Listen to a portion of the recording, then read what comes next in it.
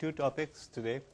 I'll finish off the discussion on solution concepts with a discussion on correlated equilibria.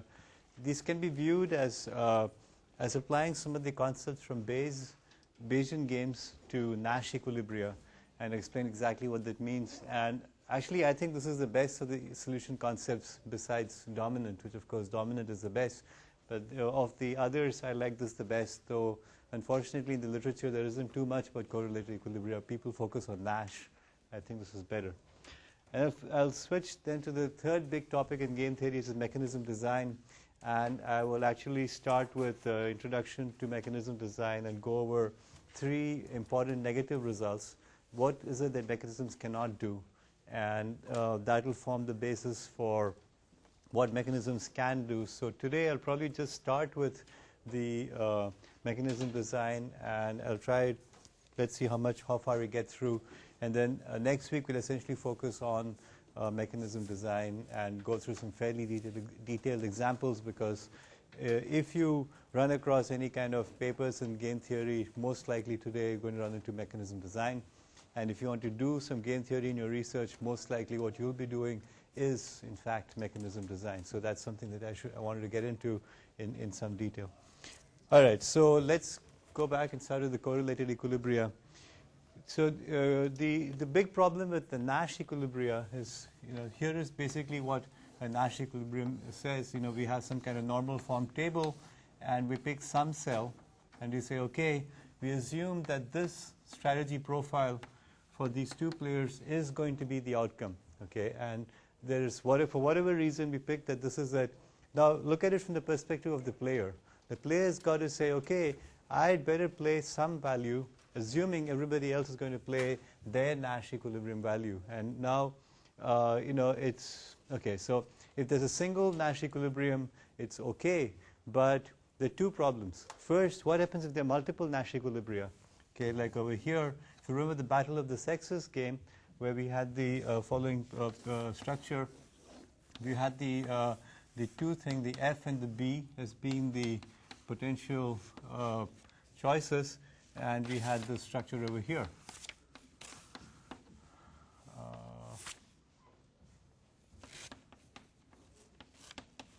So in this case, there are two Nash equilibria. Actually, there are three Nash equilibria. There's two that are pure, one that's mixed. But just focusing on the two pure Nash equilibria over here, what is to be done? Game theory has no solution, or I should say Nash equilibrium concept has no solution. It says, well, I don't know, maybe you should do this, maybe you should do that. Basically, there's a dead end. There's no way forward for you to make progress, because in some sense you need telepathy to say, yeah, the other person is going to play F, so I'd better play F, and B, if the other person you expect to play B, then you play B, because it's a Nash equilibria, and this is why divorce is common. Okay, because telepathy does not exist, or if it exists, it has a very high error rate. Okay, so the poor husband says, yeah, my wife is probably going to pick this Nash equilibrium, I'd better go to ballet, and goes to ballet, doesn't like it. Worse, he said, I bet she's going to be nice to me tonight, and going to go to F, but she decides to go B, and you both end up with 0. And this is the cause of intense disappointment. So Nash equilibrium, or lack of equivalency, or lack of pure strategy Nash equilibrium, not pure strategy, lack of agreement on what the strategy profile should look like in a Nash equilibrium is the cause of marital distress. Okay, take it from me. Okay, all right. So what can you do about it? Okay, that is the first problem. Second problem has to do with mixing strategies. Let's say there's a single Nash equilibrium over here, but it's not pure. Let's say the Nash equilibrium actually is mixing over two particular things in some ratio P and Q. Okay, and so that's a perfectly reasonable thing to do. With some strategy, with some probability P and Q, 1 minus P, we're going to the column player is going to play these two strategies, and with some other probability which need not be the same, this is going to play these two strategies, and that is a Nash equilibrium. Great, we have a solution, all the math looks good, but for this to work out, what has to happen is that these players need to know not only their contribution in mixing, but they have to know the P and Q values for all the other players as well, because everybody is mixing, right? So how are you supposed to know what the P and Q values are, right? It's crazy. You need to have essentially their payoff structure, the whole game structure, everything. So it doesn't work.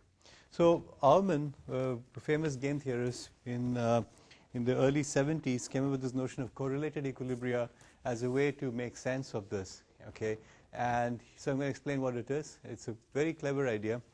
So before I go into correlated equilibrium, I'm going to go back and just briefly review with you what a Bayesian game looks like. Okay, in a Bayesian game, remember what we're trying to do is to model a game like bridge or something like that, where we don't know the structure of the game. We don't know what each player is going to do. So for example, in bridge, you shuffle the cards and you give everybody the cards you laid out. So when you start playing bridge, you have no idea what the other person's cards look like. However, you have some expectations on what the cards look like, right? You have some expectations because you know the distribution of cards. If you have all the spades, if your hand is all 13 spades, you know for sure that other people don't have any spades, okay? Similarly, if you have all the high value cards, then you know that with high probability the other people have low value cards, and so on. So what we have in that modeling is a move by nature, and when nature makes a move, at this point essentially all the types are assigned to all the different players. So here you have T1, T2, Tn, T1 prime, T2 prime, etc. And then we have some other set of types. At this point we have a game. So what each player does is that they have the probability distribution over all the different player types. Okay, so if I'm player 1, I'll say, okay, I could be here or here or here or here or here. And this is the expected value. This is the probability of being in each of these different nodes. And then I should play this game. And then what I do is, at least mathematically, it's a reasonable thing to do, is to say I multiply this probability with an expected value here. And that's the overall expected result of this game. So what I need to do is on each branch, I need to play a particular move. And, as the game proceeds, I may find out more and more about which type I'm at. But at any rate, I at least have a structure to think about it. The bottom line here is that there is a move by nature which is going to give each player a chance to go into one of these types. What correlated equilibrium does is to take it one step further. It says, let's assume that instead of having expectation on player types, each player has expectation on the other player's strategies. Okay, your expectation on other players' strategies rather than on their types. So to go back to this Battle of the Sexes game over here, what happens is that let's say this is the row player and the column player. The row player is going to say, I have some expectation that the column player is going to play F or going to play B. Okay. For example, the row player may know that high probability column player is going to play B. Okay, almost surely, let us say, because based on past experience, there's some expectation. There's a Bayesian expectation. As I think Earl was mentioning just now, that the New York Times basically said, California, all electoral votes go to Obama without any votes being counted. There's a Bayesian prior expectation that California is going to go to Obama. So same way we have prior expectations based on whatever. So if the row player knows that the column player is going to go to B with high probability and F with low probability, then the row player can say, okay, if B is going to be chosen high probability, I better play B because otherwise I'm going to go back over here and lose, right? So these prior expectations are not cast in terms of player types. They could be, but in this case we're doing prior expectations on the other players' strategies. And it turns out that if you do this, you can actually get rid of mixed strategies. Why? Let's say that the row, in this case, the column player is mixing strategy F and B half and half. Okay, that's their mixed strategy equilibrium. In the correlated equilibrium, what happens is we can model this as the row player having the expectation of this and this being played half and half. Okay, and so we don't need to have mixed strategies anymore. It's just the row player has lack of information. And actually, the mixed strategy, you have this funny thing that even the player doesn't know what strategies they're going to play. Right? With mixed strategy, player doesn't know what they're going to play. And you kind of can explain it by saying it's best for you to randomize because you don't want to give away anything. Right? This is true for some games, like in the football player kicking into a goal. Even the football player should just sort of toss a coin and do it. But it's a kind of a strained example. In most cases, you're going to pick a strategy to play. Okay, the mixing is sort of not it's not really going on per se, but we can view the mixing as the perception of this player by the other player. If you view it in this fashion, then mixing becomes nothing more than Bayesian expectations, prior expectations on each player's strategy by the other player. So we can take our mixing and make it pure. Okay. So in a correlated equilibrium, again, what we do over here first is each player has expectations on the other player's strategies.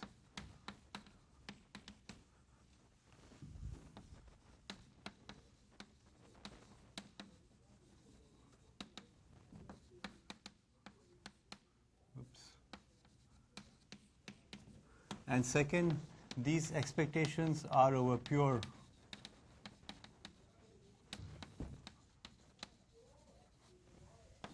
so we don't need to have mixed anyway.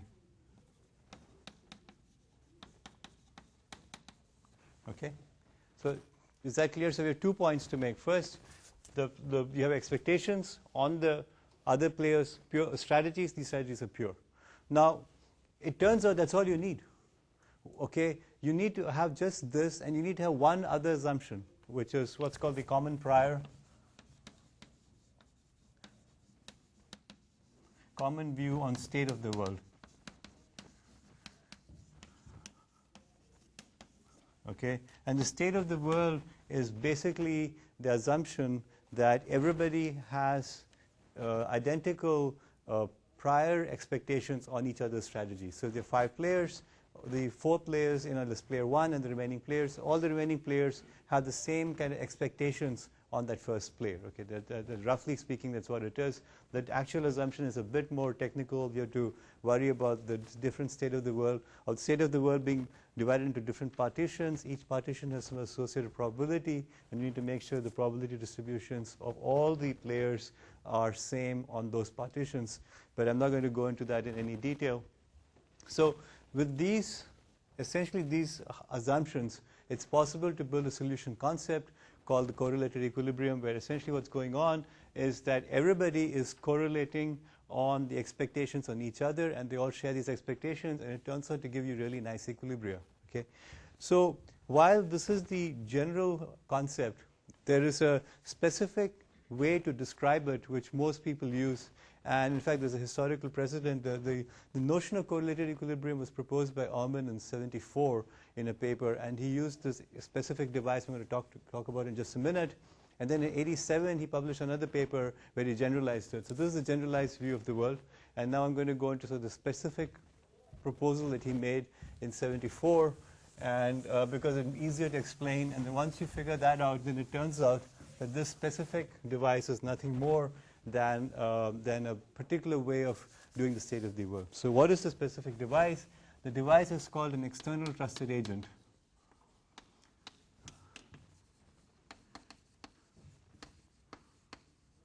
So what we have is that we assume that all the players they trust the same external agent, and this external agent is just a manifestation of the common prior assumption, the common prior on the state of the world. So state of the world is encapsulated in the form of a trusted agent. So what is this agent doing? The agent basically chooses a strategy profile which means a strategy for each player, with some probability, with some essentially probability mass function over the domain of strategy profiles. Okay, so there's a bunch of strategy profiles which are the preferred outcomes, and the agent is going to have probability mass function over of the domain of these things. Okay, and what each player does. So we can say there exists a correlated equilibrium if and only if each player will not deviate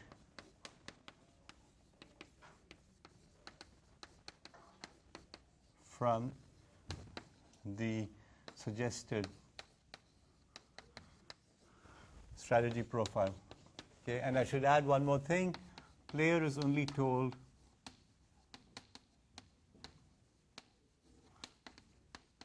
its strategy from the strategy profile. Okay, so what's going on is the agent basically says the best outcomes are outcomes, strategy profiles 1, 2, and 3. Okay, so I'm going to flip a coin. I'm going to choose these outcomes. I'm going to tell each player, okay, you guys, you play the strategy profile 1 or 2 or 3. However, each person is only told play this particular pure strategy. They're not told what everybody else is going to be told, but they can infer that this is going to be one of the good strategies because they know which are the elements of the strategy profile. Okay, let me give you an example, and then I guess it will make it easier to understand how to model this. So let's take an example of the battle of the sexes, which I drew over here. So we have those 2, 1, 1, 2, 0, 0, 0. Okay. So in this case, what we want is that the two pure strategy Nash equilibria are FF and BB. Now we had this problem earlier that we didn't know which one was going to happen. But now what's going to happen is a third party basically tosses a coin. Okay, tosses a coin. So first of all, the strategy profiles which are kind of good are FF is this set. So players know this, and they also know that there's going to be a coin toss. So we have a probability mass function of half and half over the set of strategy profiles. Okay, so with half probability you're going to be told play F, the other half probability you're going to play B. So what happens is the agent tosses a coin and tells the people, okay, you play F, okay, and tells the other person you play F, or alternatively it's just told play B and play B. Now here's what's going on in the role player's mind when told to play F. The role player is saying, okay, suppose I play F, I know that the strategy profile that are valid are just FF and BB, so the other player is going to play F. So if I deviate from here, I'm going to get 0, right? So I'd better not play this. I shouldn't deviate because I know the other player is going to be told F, right? So what's going on is that by limiting the set of strategy profiles to the good ones and being told what to play, you can see there's no incentive to deviate, okay? Similarly, so this in some sense is the coin toss is nothing more than the common expectations over the pure strategies and the common view on the state of the world. The state of the world basically is saying with 50% chance the state of the world is going to be FF, 50% chance is going to be BB. Okay, that's really the modeling that's going on over here. Similarly, if the role player is told to play B, then the role player says, okay, it's going to be BB. Okay, at that particular equilibrium point, I don't want to deviate. And so in both cases, because of symmetry, the column player will also not deviate. And so this is a correlated Nash equilibrium. Sorry, correlated equilibrium. Okay, so, is that clear? So if you have only pure strategy. Suppose we have a Nash equilibrium only for mixed strategy. Right. We don't have a Nash equilibrium which have just pure That's strategy. right. So the question is, what happens if you have a Nash equilibrium that is only in mixed and not in pure? That can be modeled by having an agent. So let's say the mixing is over strategy S1 and S2 in the Nash equilibrium case.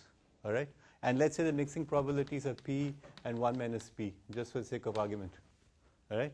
This can be modeled exactly by having an agent who says with probability P, play strategy S1, strategy profile S1, with probability 1 minus P, play strategy profile S2. And those strategy profiles are what? Pure strategy profiles. So that's why I said that the correlated equilibria, it turns out, are actually the superset of Nash equilibria. Every Nash equilibrium can be modeled as a correlated equilibrium in pure strategies. Okay, and in fact there are correlated equilibria which cannot be solved by Nash. Okay, and it also solves the problem of which Nash equilibrium to play. And the reason why intuitively it makes sense is because these players actually are able to model, okay, in Bayesian sense, the state of the world and the strategies of the other players. And in particular, they can look at these external signals and correlate on them. In a very practical sense, let's go back to the Wi-Fi game, right? In the Wi-Fi game, what is going on? You know, we have to worry about the capture effect is happening or not. We can measure the system. We can see what the signal strength is. That gives us some sense. If the signal strength is strong, then say, okay, that person, the other station is going to win because they have a very strong signal and I'm going to be beaten out.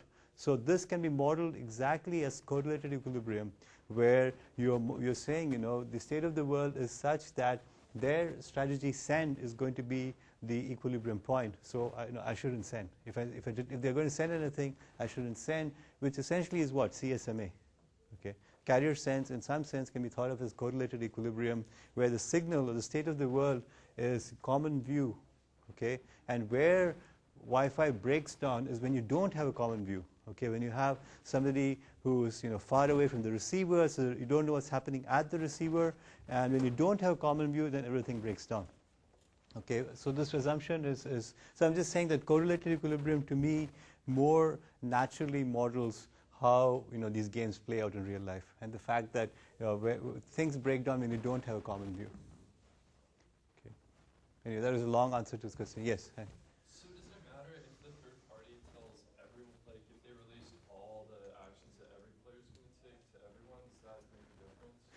Yes, it does. So the question is, by the way, I'm repeating questions because the video does not get your question.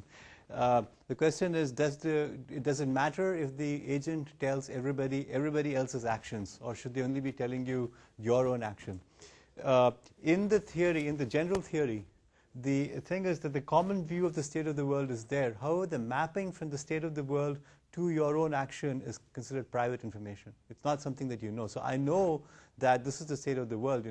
The role player has a prior assumption that most likely it's going to be B that's going to happen, right? B is going to be the preferred outcome.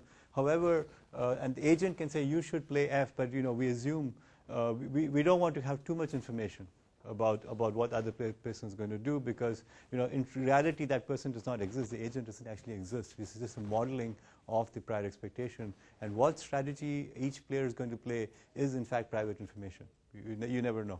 Okay.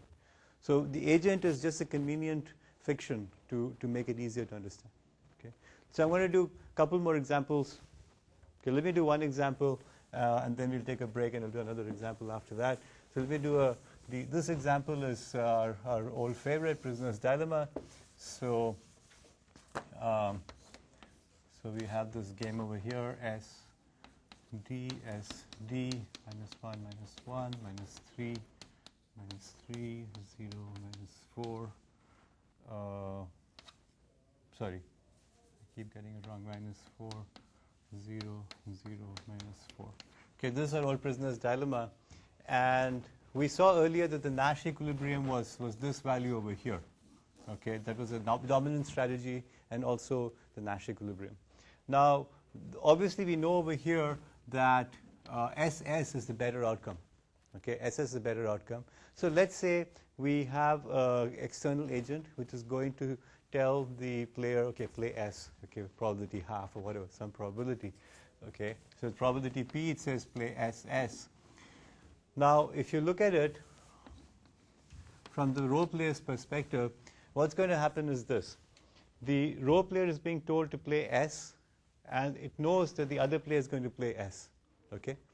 But no matter what probability you assign to the SS, okay, if the role player deviates to D, okay, conditional on the other player playing S, conditional on that, if the role player deviates to D, okay, it's going to win. It's going to go better off. Right?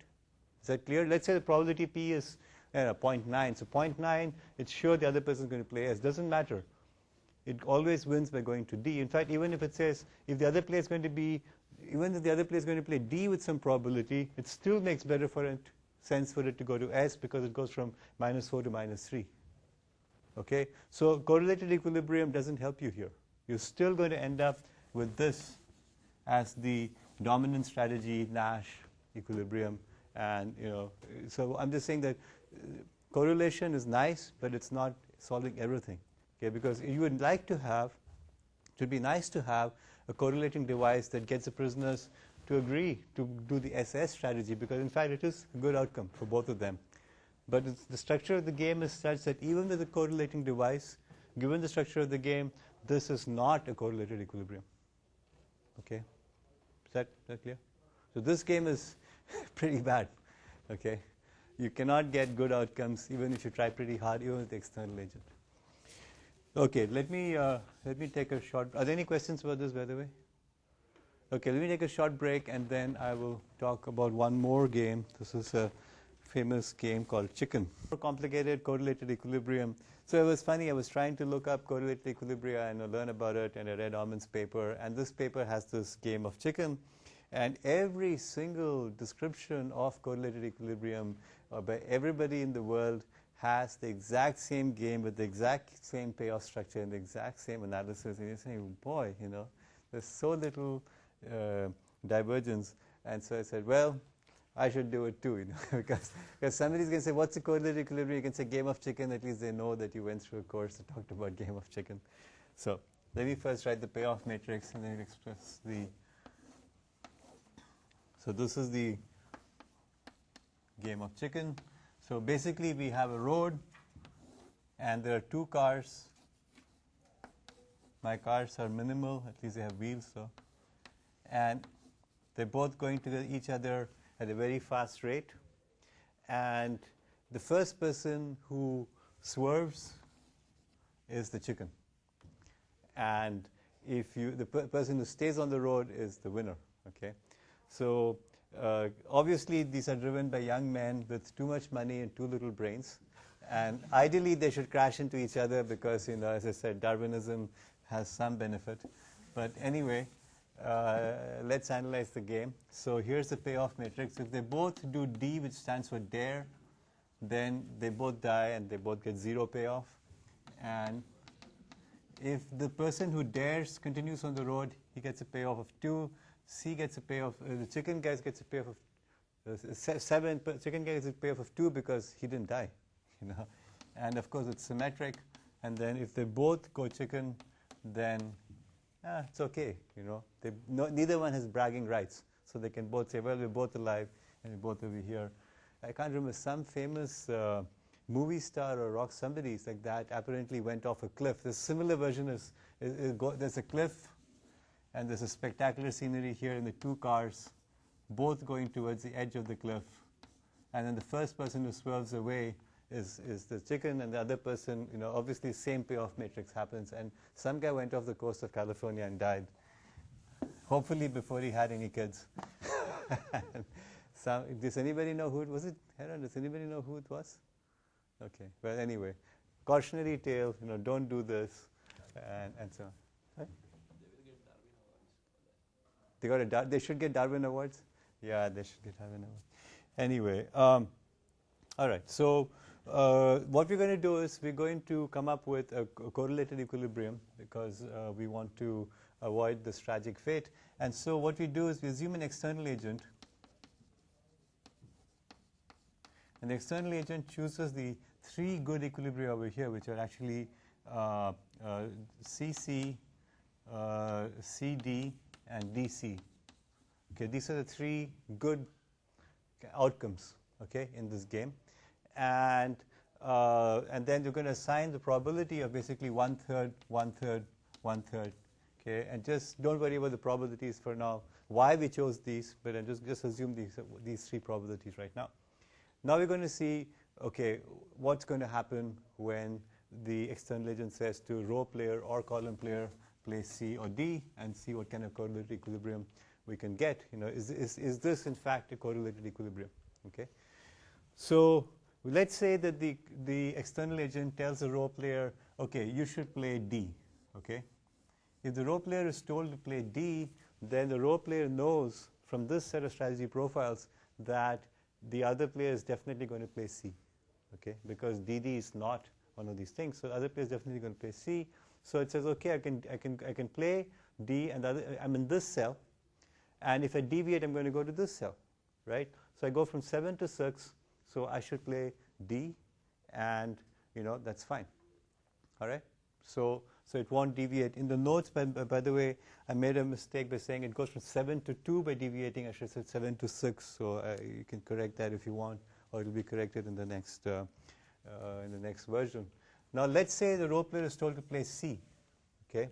Now if the row player is told to play C, it doesn't know what the column player has been told to play, right? Column player could play D or C. It doesn't know. However, conditional that is being told to play C, there are only 2 possibilities, CC and CD. And so the conditional probabilities are half and half. Okay, it's not 1/3 anymore. Conditional on being told C, the probability of that other person plays is half and half. So what does it gain by deviating from this? Okay, so you can see that the expected outcome is half of 2 plus half of 6, right? Which is going to be 1 plus 3, so that's 4. So the rho player gets 4 from this. And by playing C, by listening to, and on the other hand, if it plays this one, it gets basically 3.5, because 0 or half times 0 plus half times 7, 3.5, 4 is better. So in fact, it will not deviate. It should listen to, it will in fact listen to C. Okay, this game is symmetric, so the analysis holds for the other column player as well. And so this external agent playing C, CC, CD, DC with these three probabilities is in fact a correlated equilibrium. Okay, and you can see that each player is playing a pure strategy. Okay, C or D. There's no mixing going on. All the mixing is happening by choosing these over here. Okay, so is that clear? So there's a very subtle point here. And the subtle point is that when the player plays C, it's as if the other player was playing a mixing strategy of D and C with half-half. It's as if. But in fact, from the perspective of the column player, they're just being told, play a pure strategy, D or C. So all the uncertainty in the mixing is extracted out and put into the uncertainty in the probability mass function of the strategy profiles chosen by the external agent. Okay, so we're removing all the uncertainty and pulling it out into here. And this reflects the philosophy that mixing is not really a reasonable thing to do. Mixing can only be viewed as uncertainty in the minds of the other players. Okay, it's actually quite an interesting philosophical position. I have a reference in the text to the paper, Orman's paper from '87, and it's really worth reading. It's a brilliant paper. It's only 10, 12 pages long, very, very well written, and you should have no trouble reading it, and explains sort of the philosophical basis for correlated equilibrium. And there's one line in that paper which says, this paper, I don't know why it's so long, because the idea is so simple and so obvious that I should have been able to explain it in just 1 or 2 pages, but okay, I'll spend 10 pages just to keep you happy. I'm paraphrasing, of course, but that's what it is. I think somebody else said that in almost any other alternative universe, the first equilibrium you would come across would be correlated and then Nash, rather than the other way around. It's just a historical quirk that Nash comes before Nash was discovered before correlated. In practice, however, for whatever reason, most papers focus on Nash equilibria, and I think actually that's wrong. I think correlated equilibria are much more intuitively appealing and sort of a better fit. So, if you're going to work with equilibria, I suggest work with the correlated. Yeah.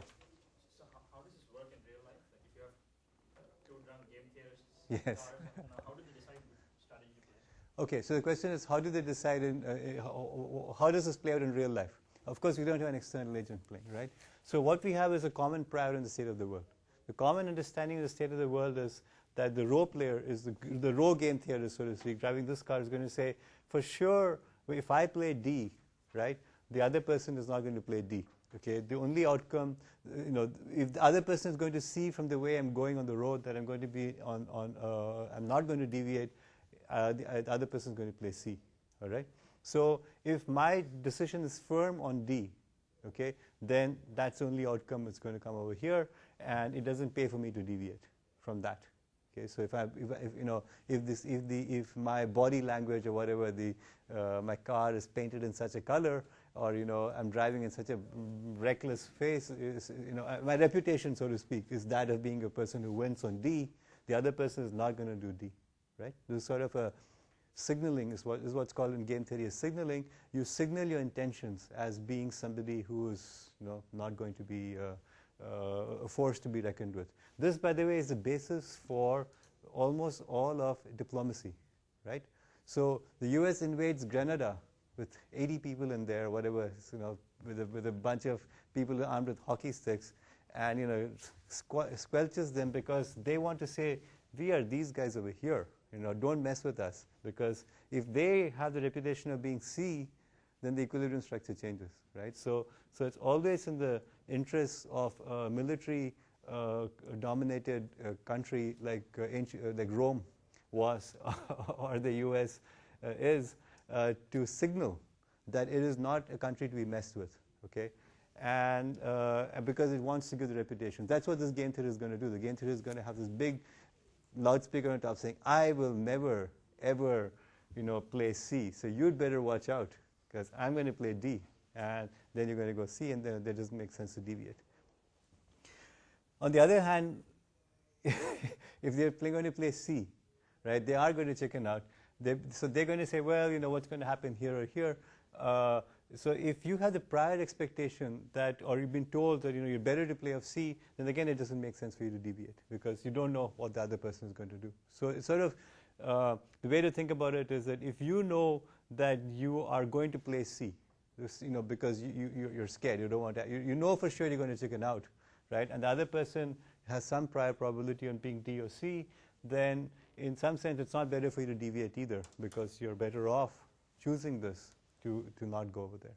Okay, it's a bit of a convoluted explanation, but that's basically what how it works out. Any other questions about this? So either you should signal to the world that you are essentially of type D. In this case, the same kind of Bayesian expectation of type D. So watch out. Or if you know you're of type C, so you signal to the world you're of type C, and then actually you're still better off if you're of type C to be over here. So this is all sort of the pre-game expectation setting so that people can correlate on the state of the world based on the pre-game expectation setting. Yeah? What if both have identical priors in the sense that you don't know the other person, both your cards are identically painted and everything's the same? Yes. Then how do you decide? You just flip a coin? Yeah, if you see, remember that here we are excluding the DD. If the state of the world is such that you cannot exclude DD, right? Then you're out of luck. Okay, the state of the world cannot exclude certain strategy profiles, you're out of luck. Then then essentially anything you do is random. But here you're sort of saying, what strategy profiles can I exclude based on my prior knowledge? Based on my prior knowledge, I can exclude, if I can exclude DD as an option, then that's great because then we can actually get a correlated equilibrium. Any other questions about this? So I mean, so you should actually look up that paper if you want more sort of the background in philosophy about this. But this notion of setting up expectations about your behavior is very much all about, that's what geopolitical strategy is all about. What expectations should you set so that countries like North Korea aren't going to go around saying, hey, you can't touch us, you can do whatever we want. And that's exactly what's happening right now. Because the US has gone from here to here. and so so game theory helps you analyze these kinds of things. Okay. Any other questions? Okay. So one thing I left out was this probability over here. How do you choose which probabilities? Turns out that this game and many other correlated games actually they work in terms of having an equilibrium for a range of probabilities. It doesn't exactly have to be 1/3, 1/3, 1/3. As you can see from here, there's a little bit of leeway for you to play with it. So we can, as if you really have an external agent, the external agent can actually go ahead and choose these probabilities to give whatever outcomes it wants. It can actually choose good outcomes or better outcomes, give preferences to certain players. And generally speaking, you can use these probabilities to create the convex hull of Nash equilibria. So if you have, in a certain particular space, we have certain Nash equilibria, you can actually find all the intermediate points can be given as payoffs to the players by using correlated equilibria under certain conditions. So that's just, that's why I say correlated is a sort of a superset of the Nash equilibria. Anyway, okay, so that's basically all I wanted to say about correlated equilibria. Are there any questions about this over here? Okay, so we've covered a few equilibria types: dominant strategy, iterated removal, maximin, Nash, and correlated. So there's 5 different strategies or solution concepts. There are many others. Okay, there are something called subgame perfect, subgame perfect with Trembling-Hamped perfect equilibria, and rationalizable equilibria, and so on and so forth. They get more and more exotic, okay, as things go along.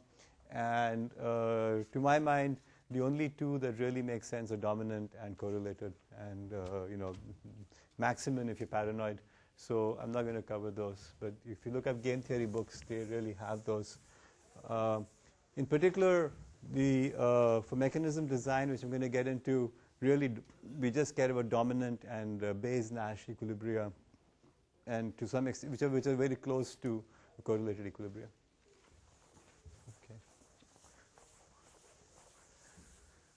Okay, so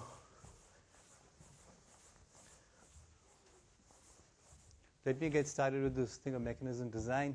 So in game theory, generally speaking, what we're doing is we have a rule. We have the rules of the game. The rules of the game are given to us by some external person, or the rules of the game are chosen to model some particular situation, whatever the situation may be. Like the Wi-Fi game, we're modeling Wi-Fi, and so on and so forth. In mechanism design, what you do is you choose the rules of the game. Okay, you choose the rules of the game, and you choose the rules in a way such that the outcome, given a particular equilibrium concept, solution concept, will result in the outcome that you want. Okay, so you're saying, I have these players, and I want them to do something, the right thing, and I'm going to choose the rules of the game such that if they follow dominant strategy or correlated or whatever, then the outcomes are going to be the outcomes I want. Okay, so when I was in grad school, one of my friends told me one sentence which says, which I still remember, very, very important sentence. This is how you can get your advisor to do what you want. So,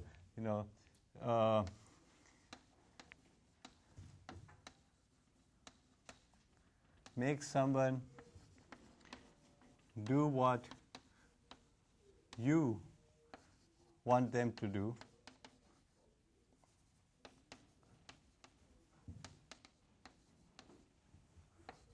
because they want to do it. If you remember nothing from game theory, this is the one sentence you should remember. Okay. You want to make someone do what you want them to do because they want to do it. Okay. In other words, choose the rules such that the outcome is what you want. But the rules are such that it's incentive compatible for them to do it. Okay? So this is how you should treat your advisors. And this is how I treat my students. I want you to attend lectures because you want to do it. It's so much more fun being in class than being outside enjoying the sunshine and the nice warm weather, right? So you want to be here. It's so much better to actually do the homework than not do the homework, because you want to do the homework. You really want to learn game theory and queuing theory, so you want to do it. So I want you to learn, and you want to do it. Everything is great. So in many ways, many actions you take are like games. And as I said, this is a nice, succinct summary of mechanism design. Okay. Now this you won't find in most textbooks, but I snuck it in. So hopefully the editor will let it pass. Okay. So what are examples of practical mechanisms? Let's say I have something I want to sell somebody. So I have this eraser, and I want to sell it on eBay. Okay. I want to get the highest possible price for it. Okay. So what do you want people to do? I want people to give me the highest possible price for it. What price will they pay? They'll pay me what they think it's worth, right? If they think it's worth 10 cents, they'll give me 10 cents. But if somebody thinks it's worth $10, they'll give me $10, right? If I put on a University of Waterloo logo and says University of Waterloo branded special edition, limited quantity, once and only available for once in your lifetime, eraser, whatever, duster, and it's worth $10,000, maybe some idiot will pay me $10,000 because they want to pay me $10,000. I'm not forcing them to, but I want them to pay, and that's the internal valuation. In some sense, what an auction is all about is for the seller of a good. It's a market with only one seller and many buyers. An auction is a market, one seller, many buyers. And the incentive of the seller is to get the maximum possible money for it.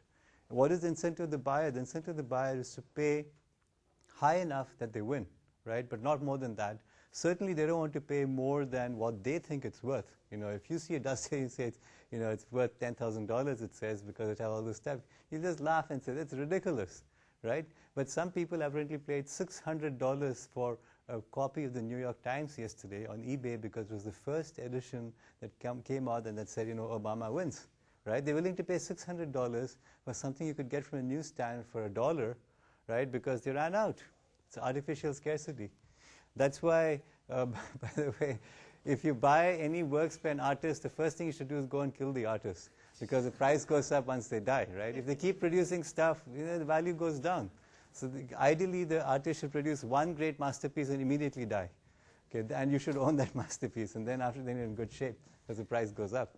So anyway, so auctions in general are a place where we want to set up a system, where you as a seller want to set up a system where the price is maximized. Okay, so you want to set up a system that maximizes the price. That's an example of a mechanism that you want to design. A similar kind of system would be what's called in voting. So in voting, what happens is we can think that each, let's say there's candidate A and candidate B, okay, and now each person in this classroom may have their own preference for candidates A and B. So somebody says, I rank this person 1, the other person 2, other person says this is 1, this is 2, this is 2, this is 1, etc. So you can establish some kind of preference relationship. Okay, let's say a strict relationship, which means nobody says it's equal, but let's say a strict preference relationship over this. Then I can have the election officer. The election officer is going to go and pick the candidate who has the most votes, okay, who has the highest preference, right? So you have election officer.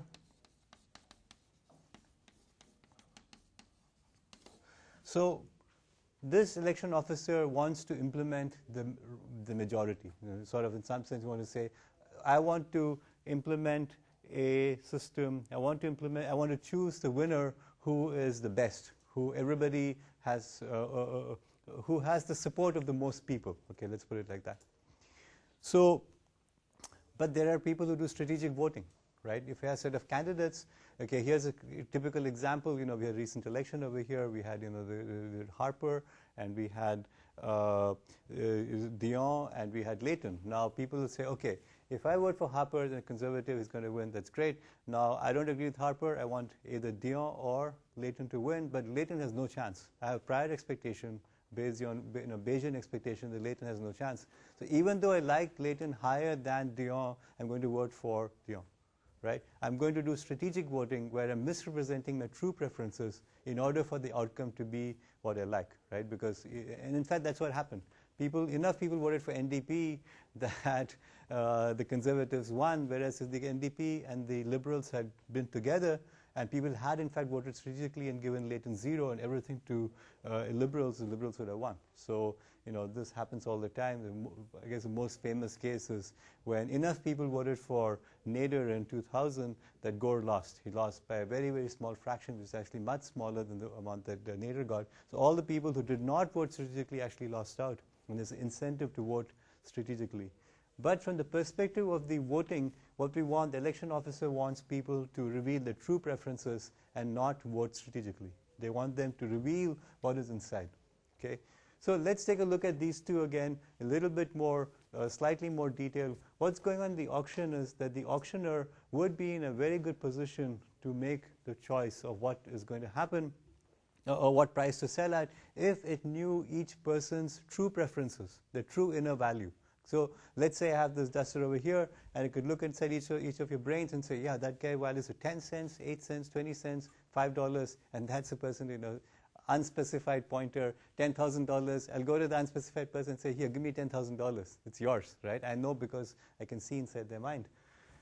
That maximizes the price, okay? So we have the notion that there is an inner valuation, there is an inner type which is hidden, and the auction is most successful when the auctioneer, the seller, has this private information. But of course it's private. So part of the game will be for us to reveal that somehow, to make people, make it incentive compatible for them to tell you exactly what their inner thoughts are, because that way your auction is maximized. Similarly, in the voting, you want everybody to tell you what they want, what their preferences are, in order to be in the position to actually choose the best outcome, and we call this, in this case, the social choice function. We want to come up with the social choice. Okay? So I'm just motivating two examples. These are not from networking. Let's take a look at two networking examples. So we have BitTorrent, and people are downloading a file. it's in everybody's incentive to become a leecher and kind of just suck in files without actually giving anything back, right? That's what you ideally want to do. You just get all the files you want. You don't want your uplink to be congested. So how do you make it incentive compatible for somebody to basically upload, okay, a torrent instead of just downloading? Again, we have a mechanism we'd like to do that. Another example is that, many of us have these cell phones with Wi-Fi on them. So maybe, I don't know how many of you have it, but I can guarantee that 2 years from now, if you buy a cell phone, every one of them will have Wi-Fi on them, okay, or Wi-Fi on it. And so now what I can think of is, what is the capacity, Wi-Fi capacity in this room? It's a lot. Okay, I can actually, if I had a lecture video in my pocket on my cell phone right now, I could actually give it to people in the front row, they could do the next row, etc. We could actually disseminate several hundred megabytes of content without much trouble just from the capacity in this room. But to do that, you have to burn up your battery, because you send Wi-Fi, it costs battery. How do you set up incentive structure so that it's in your incentive to forward things on to other people? Because you already got everything, right? You're going to burn your battery to give it to somebody else. What incentive structure can you put into place? Again, that's a mechanism design. Now, this last one doesn't have mechanism yet, so that's a nice problem to work on. But I'm just giving an example of the kinds of things that mechanism design can allow you to do in the context of networking. Okay. Any questions about this? This is sort of just the high-level view of what mechanism design is all about. Okay, so let's get into 3 negative results. Okay, and I'm going to do the first one, and we'll take a break, and we'll do the next 2. So the first negative result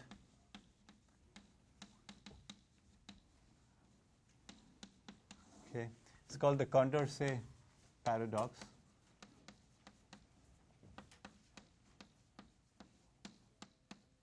Okay, I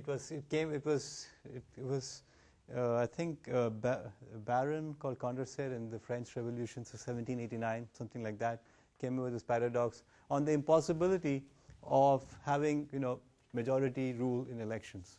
So we just say the 3 candidates, A, B, and C. Okay, so there are 3 people, 3 voters, and 3 candidates. Okay, so the voters are 1, 2, 3. The candidates are A, B, and C. All right. So what you're going to say is that voter 1. So we say that each voter has preferences, right? So they prefer candidate 1 to candidate 2, whatever. So let's say voter 1 says, I prefer A is preferred to B, and B is preferred to C.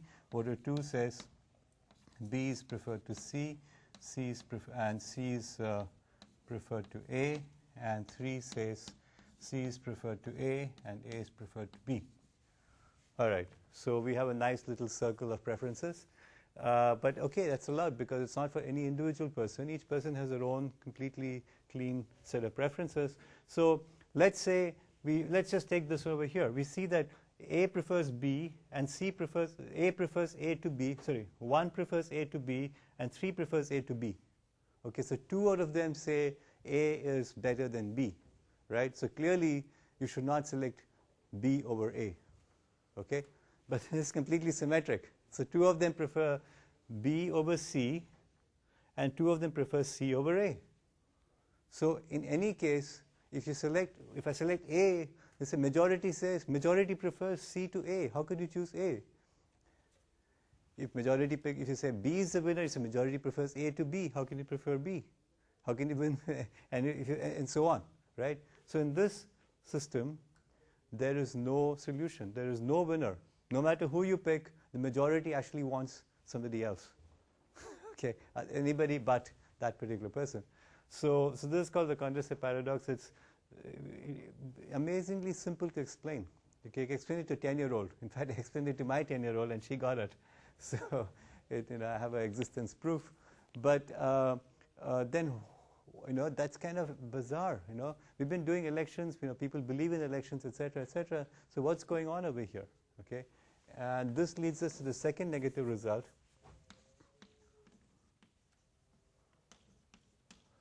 And I'll just state it, and then I'll go into details after the break. This is called the arrow theorem.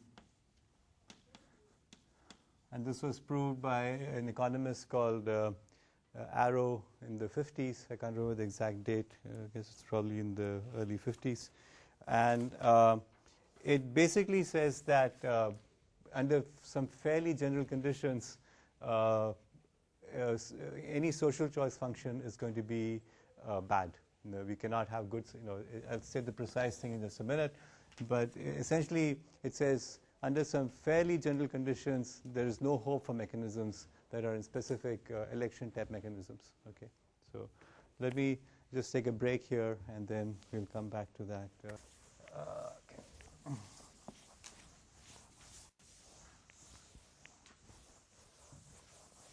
So the arrow theorem is essentially a generalization of the Condorcet paradox, and I need to give you some definitions first. So one is what I call a strict ordering. Okay, so we're not going to talk about candidates per se. It can be actually on anything, right? So there's a society that's faced with certain choices, and we're going to assume that each individual in that society has a strict ordering on the outcomes. Whatever the outcomes are, there's a strict ordering. Okay, so strict means that between any two outcomes, we can say one is preferred to the other. We can't say they're the same. Everything is going to be strict. The second thing is that we have this thing called a social welfare function.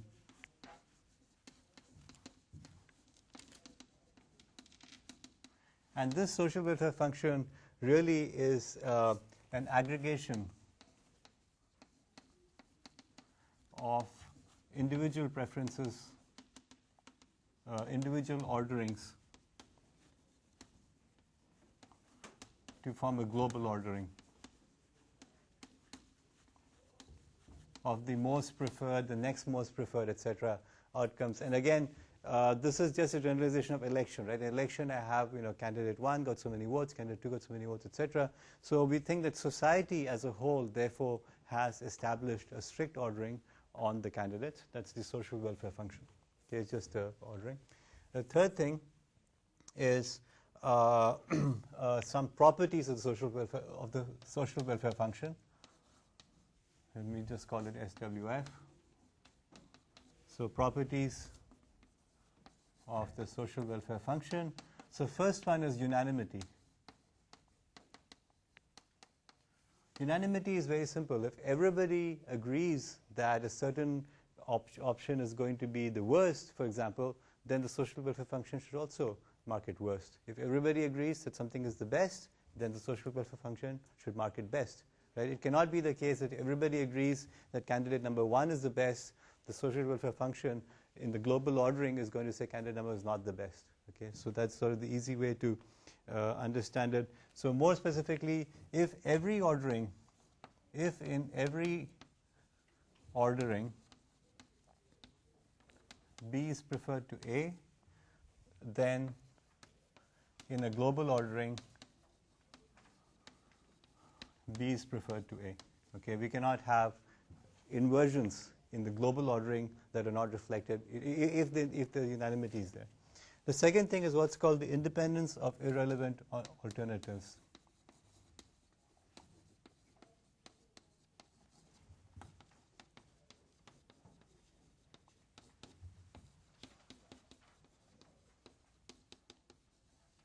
Okay, what does this mean? Let's say that we have some set of outcomes, A, B, up to Z, and okay, so that's the set of outcomes. All right. Now let us say that there's a voter, individual, voter 1 basically says A is preferred to B, and voter 2 says A is preferred to B. Okay. Now, what we want to do is to say that these preferences of the voters should not be influenced by how the global ordering orders the remaining other outcomes. Okay, so if you just focus on the other alternatives can be arbitrarily ranked in the global ordering as long as these preferences are obeyed. Okay, so in particular, if there is unanimity that A is or B is preferred to A, as long as B is preferred to A in the outcome, final outcome, these guys shouldn't really care how we ordered C, D, E, F, all these other things. That ordering should not influence what they have over here. Okay, so So, basically it's saying that if when we focus on the alternatives that are being considered over here, all the other alternatives, all the other possible outcomes should not influence the choice of the global ordering. Okay, we just have to look at water 1 prefers A to B, water 2 prefers A to B. All right, these preferences should be independent of other orderings made by V1, right? So the fact that A is preferred to B should be holding true independent of how water ranked C, D, and so on and so forth. Right? So we can just look at A and B pairwise and say water 1 said A is better than B. All right, then the other ordering we can just pretend didn't even happen. In the global ordering we can just focus on those two. Okay, so is that clear? So we want to essentially take any pair in the individual ordering and just say, well, this ordering of A over B is going to be true no matter what, no matter how I move anything else. Okay. All right. So that's called independence of irrelevant alternatives, and that seems like a reasonable thing to do as well. If I prefer candidate 1 to candidate 2 or candidate 2 to candidate 3, it ought not to matter how I rank the other candidates. That preference ordering ought to be the same. The third assumption or the third property is what's called non-dictatorship. Okay. So what's a dictatorship? Dictatorship can be mathematically specified simply that global ordering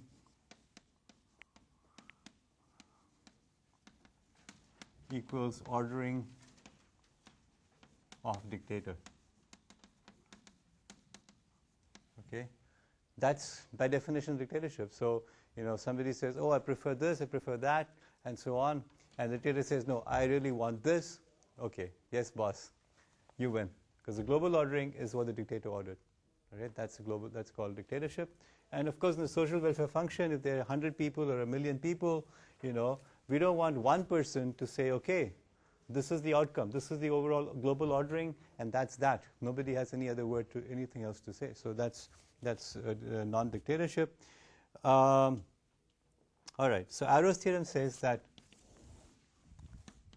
Let me just write down the exact statement so I don't mess it up. Every social welfare function, okay, over a set of more than 2 alternatives or outcomes that satisfies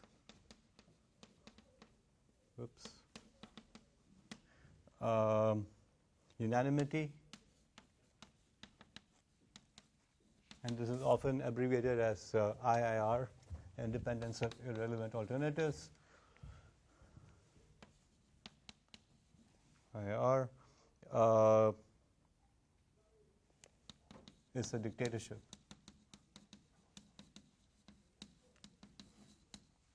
That's it. If you have more than 2 choices, if you have 2 choices, that's fine. If there's more than 2 choices, for example, if you saw the Condorcet paradox, we had 3 choices, A, B, and C. So in that case, we had more than 2 alternatives. We wanted unanimity. So if everybody agrees that something is better, you want unanimity. And you wanted independent, irrelevant alternatives. It turns out it will be a dictatorship. The global ordering will be exactly the preferences of one of the users. We don't know which one. Okay, it doesn't say who the dictator will be, but it will be a dictatorship. It will match exactly what one of the individuals says, independent of what anybody else says. Okay, and the actual proof of this theorem is surprisingly simple. It has to do with treating each local ordering as a permutation on the set of alternatives.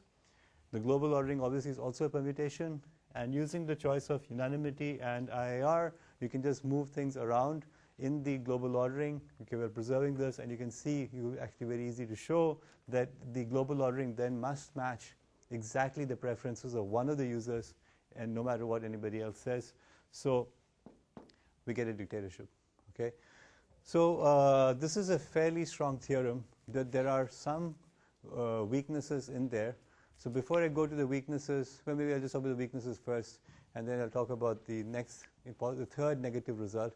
So there are a couple of weaknesses. One is that this is the we are assuming over here that we have a strict ordering. Okay, for the theorem proof to go through, we cannot have any kind of the same as. Everything has to be exactly strict. So that's one problem.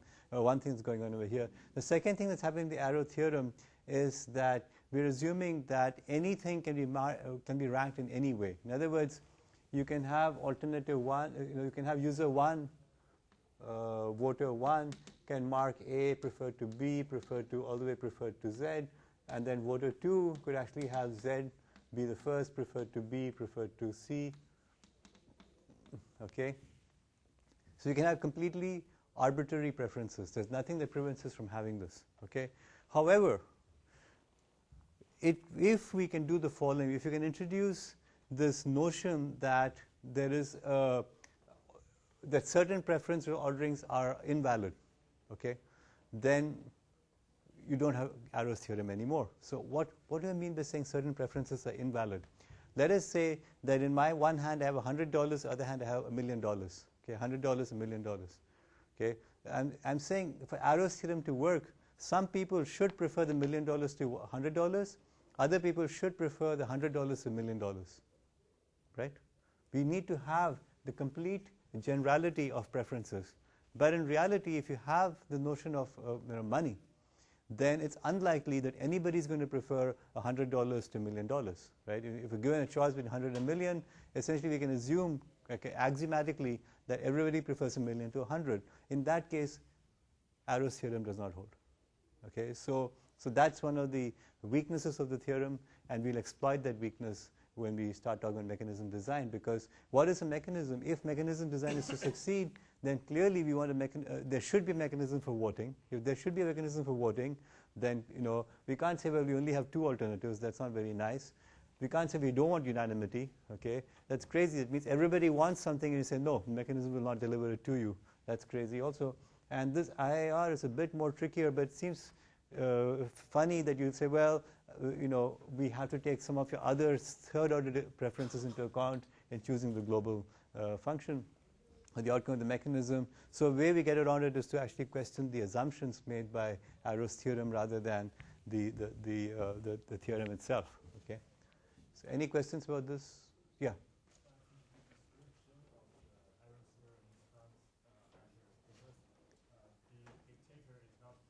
Right. So who is the dictator depends on the votes of others. Yes. So it's not that he is the dictator no matter what others vote. So the question is, Arrow's theorem is, we're saying this statement is not precise, so the theorem is not very strong because we don't know who the dictator is, right? As opposed to saying the dictator will be so and so, right? The answer here is that the dictatorship basically means that you ignore the preference of everybody else. The preference orderings of only the dictator count. Okay, if the dictatorship actually happens. So the dictator were to say, if let's say we choose, after the global welfare we find that the dictatorship is because of so and so a particular user, then everybody else's orderings don't matter anymore. Okay, majority, for example, doesn't matter. To take the example of the Condorcet paradox, we have that A, B, C, right? If the dictator says, okay, A is the winner, majority actually doesn't want A, but in fact the ordering is going to be what what the dictator says is going to be. Now you're saying there's a subtle point that we don't know who the dictator is. All you're saying, all this theorem says is that the global ordering matches one of the orderings of one of the people. Well, I mean, if others change their votes, yes, he is no longer the dictator. That's correct. If others change their votes, he's no longer the dictator. That's true. Yeah, but but still, that's bad enough. At least people think it's pretty bad to have that. Yes, Omar. Yes, total ordering, which means that we don't have anybody who is equally preferred. So we can't have candidate 1 and B, well, I don't care, A is B. We can't have that A is preferred to B and B is preferred to A, or I should probably say A is, there's an equal sign. We can't have equalities.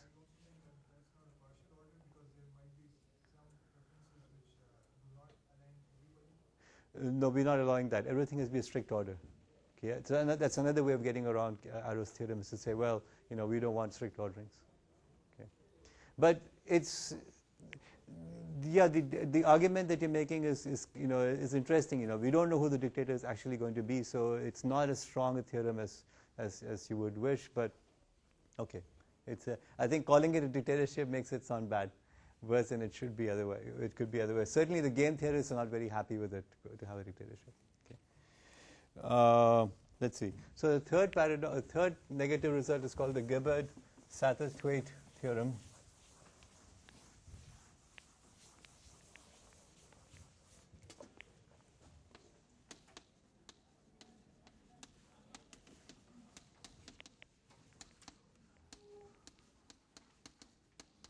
And this theorem can actually be reduced to the arrow theorem. So it's basically the same thing.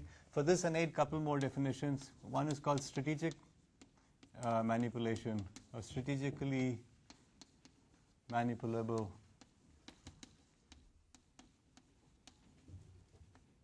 social welfare function.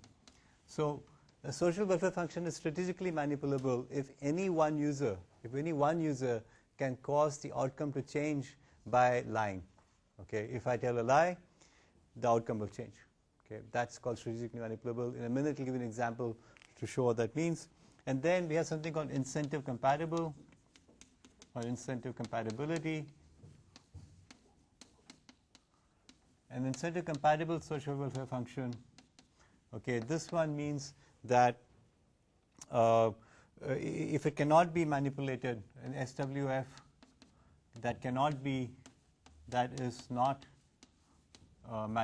strategically manipulable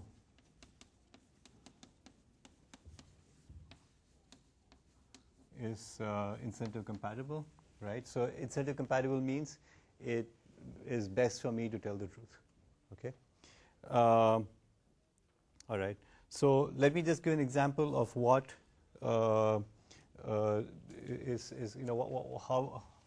how something can be strategically manipulable or not. Let's just take two candidates for now, A and B, or two choices. And what we're going to do is we're going to say that the people cast votes for A or B, and we take the majority, and the majority wins. Okay, let's see if this is strategically manipulable or not. Right. So think of it from the perspective of the voter. Let's say there are odd number of voters. The even number of voters, well, it's a tie, so it doesn't really matter. Let's take the odd number of voters. So the voter who's making a vote, this is what's going on in their brain. They're saying, okay, either I'm going to cast the deciding vote or not. Okay. In other words, let's say a lot of people, the majority is going to vote for A anyway, right? Then no matter what I do, A is going to win, right? It doesn't really matter whether I do or not. The only case where I make a difference is A and B have the exact same number of votes, and then my choice makes it go like this or go like that, right? Okay? Right.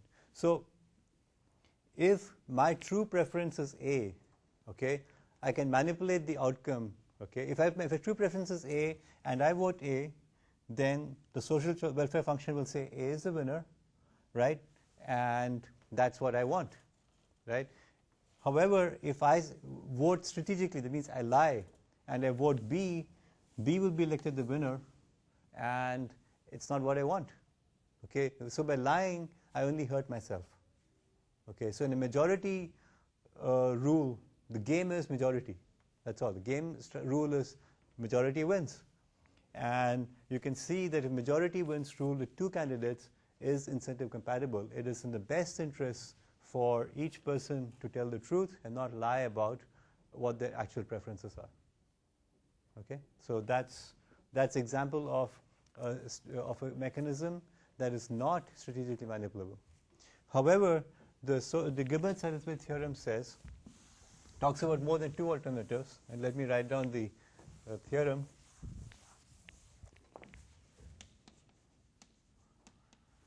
Okay, so if F is an incentive compatible social choice function,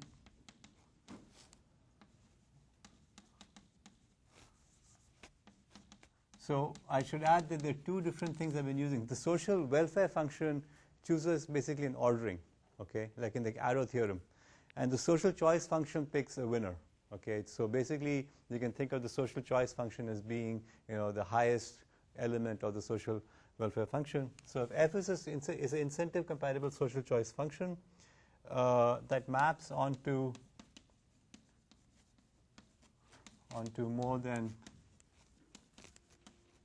two choices, okay, actually maps onto or maps from anyway, then f is a dictatorship.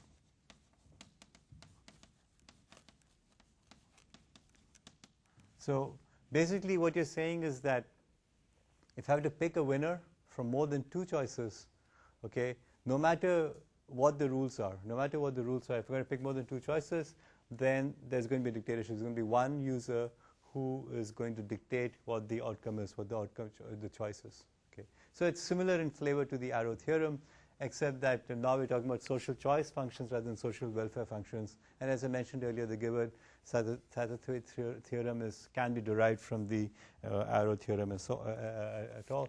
The interesting part over here is that unlike the arrow theorem, which is talking about independence of irrelevant alternatives, we don't have that over here. On the other hand, we introduce this notion of strategically manipulable.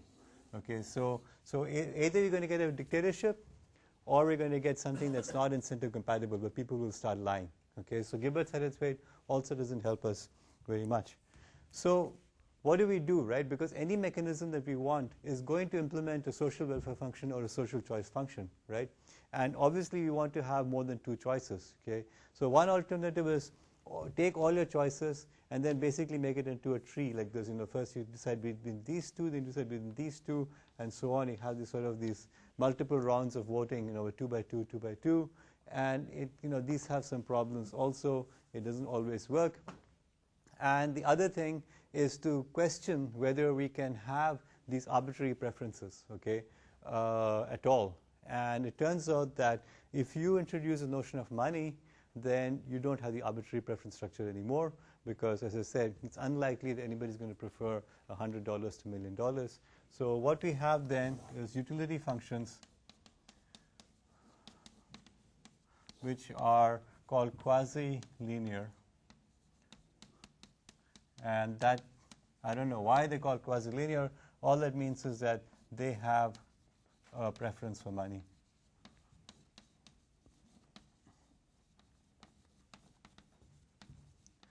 Money, in that more money is preferred to less money.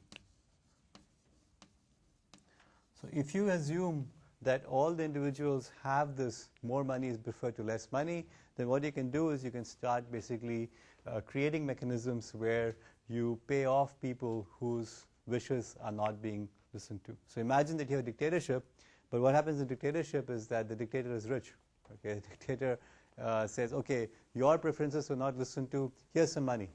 Okay, so though the user or the individual whose preferences were not listened to is going to be unhappy because the social welfare function or the social choice function is not in accordance with their wishes, but they like money.